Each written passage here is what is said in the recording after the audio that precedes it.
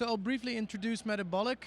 Metabolic is a ventures building and consulting firm specialized in circularity and the circular economy. And I want to show you what we do to transition cities to a more circular state. The mission of Metabolic is to create a more sustainable, or actually a fundamentally sustainable economy, period. That's it.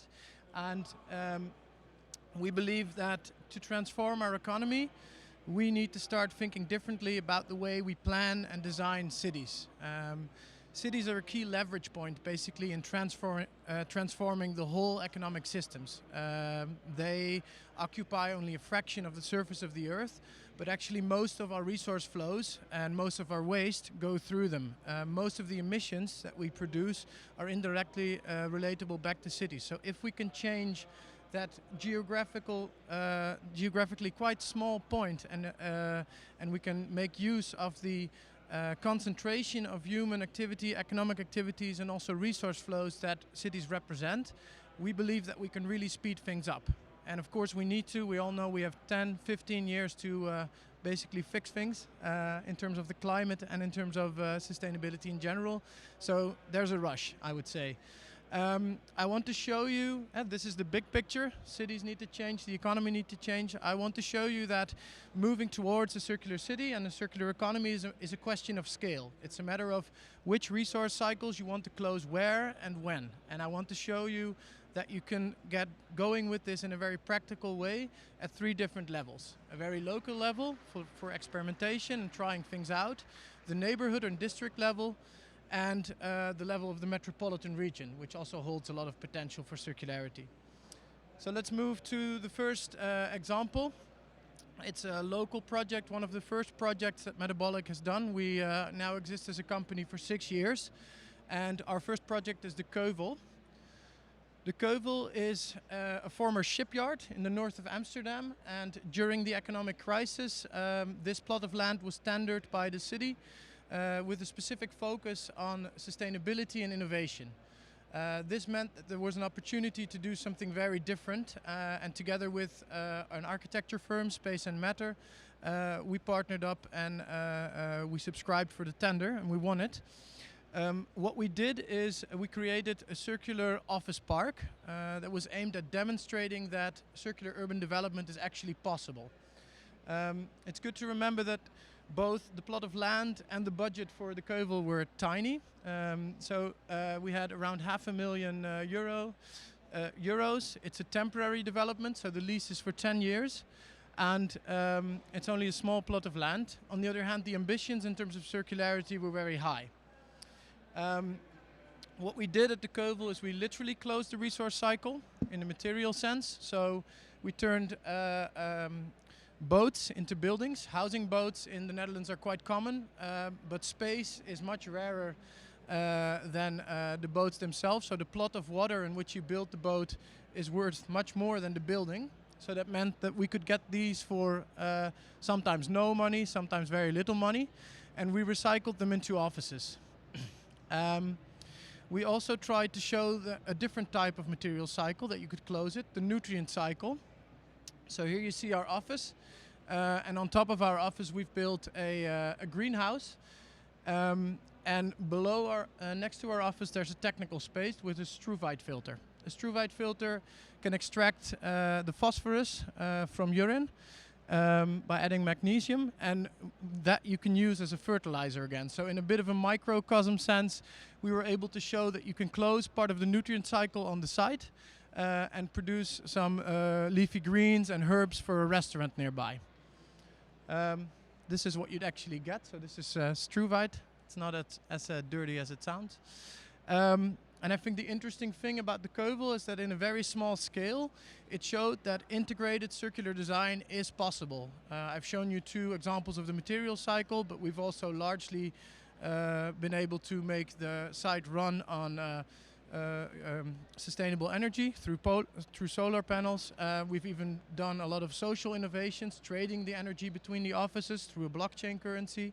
So it's a clean tech playground in the true sense of the word, and it's been a very interesting site for us to keep experimenting and developing a lot of our ideas. Of course, it's a bit do-it-yourself. It had a very low budget, a lot of voluntary work, really interesting, but not very scalable.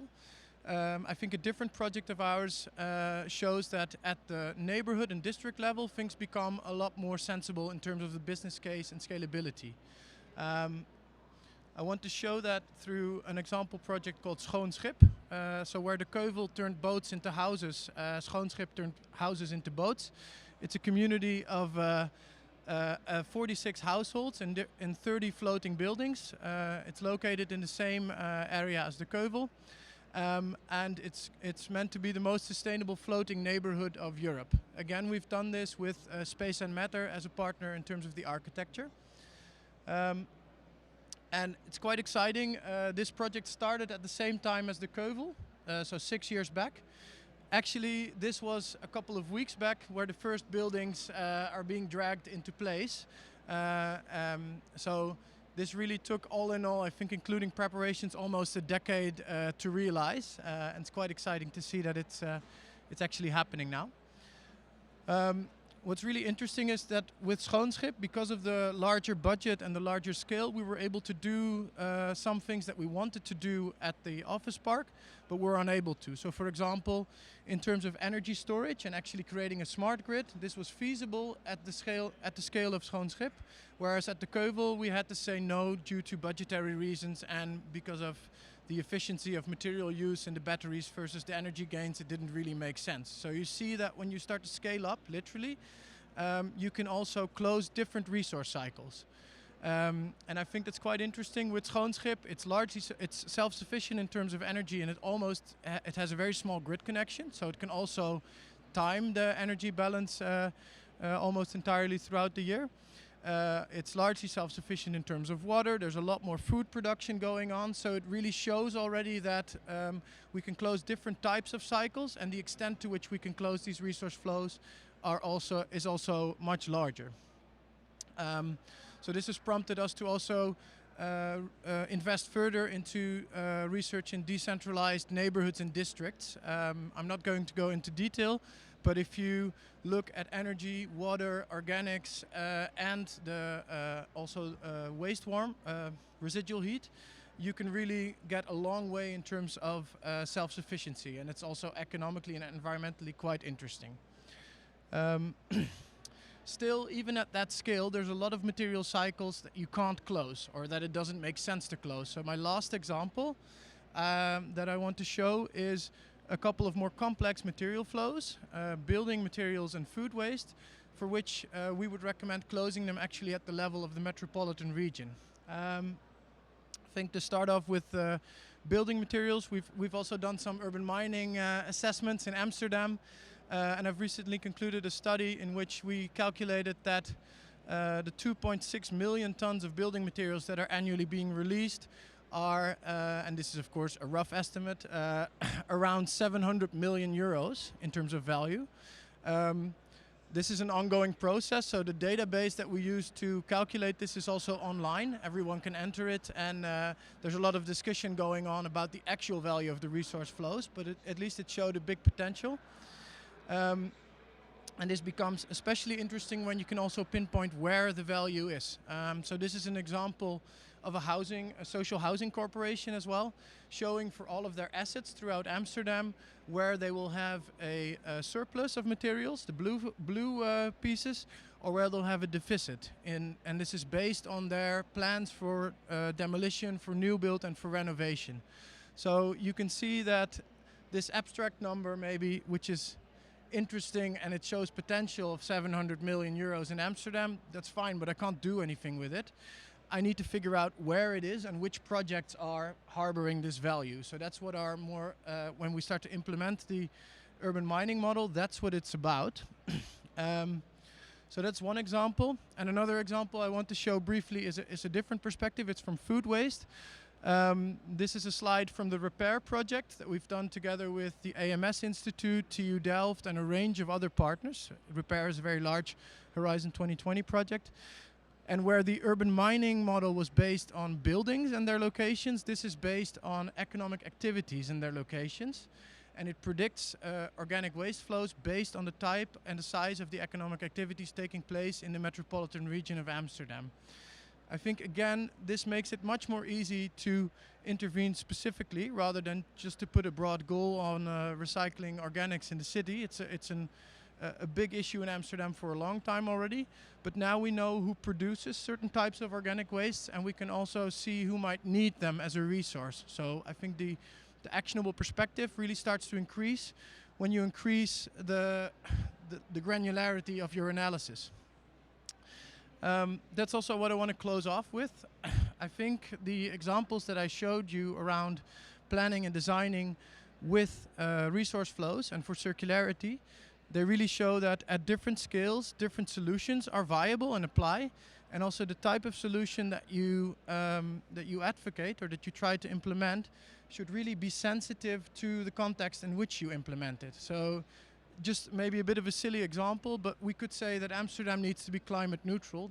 That's fine, but it's not so interesting to me as a geographer and as a planner. I would say it's probably a lot more difficult for the canal belt and the historic center to become energy neutral, and maybe we need a bit of a lower or more realistic target there.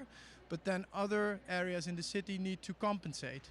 That's the same with urban mining. If you see the deficits and the surpluses, that's where you want to take different levels of actions and different types of actions. And with food waste, you want to target a couple of the big companies and set goals for them specifically that might be a lot higher than what you do in general. So I think moving towards a circular city really is a matter of scale, quite literally, in that different business cases and different resource cycles are closable at different scales. The more complex your resource, the more energy and also the more time went into it to assemble your products. That means more impact can be saved, and also more euros of value are usually to be gained. And therefore you can use economies of scales, especially for these complex flows, whereas flows like water and energy that are quite ubiquitous and a little bit less complex and less expensive, you'd want to close at the neighborhood or at the district level. So that's the main point I wanted to make. Think in different scales and think in a contextually sensitive way. Thank you.